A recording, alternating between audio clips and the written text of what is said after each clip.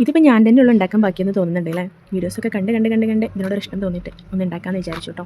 അപ്പോൾ അതിനെന്താ മെയിനായിട്ട് തന്നെ മിൽക്കി മിസ്റ്റ് ബട്ടർ എടുത്തിട്ടുണ്ട്, അൺസാൾട്ടഡ് ബട്ടറാണ്.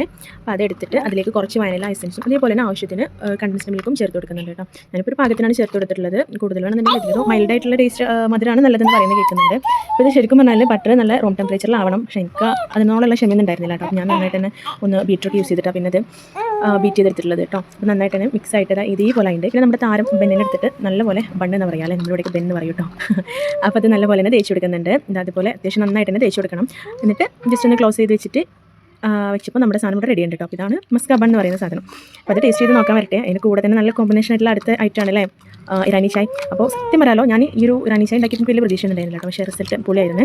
അപ്പോൾ അത്യാവശ്യം കടുപ്പത്തിലൊരു ചായ ഉണ്ടാക്കി എടുത്തിട്ടുണ്ട്. കുറച്ച് ഗരം മസാല ഐറ്റംസും സ്പൈസസ് ഒക്കെ ചേർത്തിട്ട് കുറച്ച് എടുത്തിട്ടുണ്ട്. ഇതിൽ നല്ല കുറുക്കിയ പാലും കൂടെ ഒഴിച്ചു കൊടുത്തിട്ട് മിക്സ് ചെയ്തെടുക്കുന്നുണ്ട്. ആവശ്യത്തിന് പഞ്ചസാര ഇട്ട് കൊടുത്തിട്ടുണ്ട്. അപ്പോൾ അത് രണ്ടും ഇവിടെ അടിപൊളിയായിട്ട് റെഡി ആയിട്ടുണ്ട്. സത്യം പറയാലോ കഴിച്ച് നോക്കിയപ്പോൾ ഓക്കെയാണ്, ടേസ്റ്റ് ഒക്കെ ഉണ്ട്. പക്ഷേ എനിക്ക് ഞാൻ കൂടുതലായിട്ടും ഈ ഒരു ചായയുടെ ഫാനായിട്ട് മാറി കേട്ടോ. ശരിക്കും ഭയങ്കര ടേസ്റ്റുള്ള ഒരു ചായയാണ് ഇറാനി ചായ.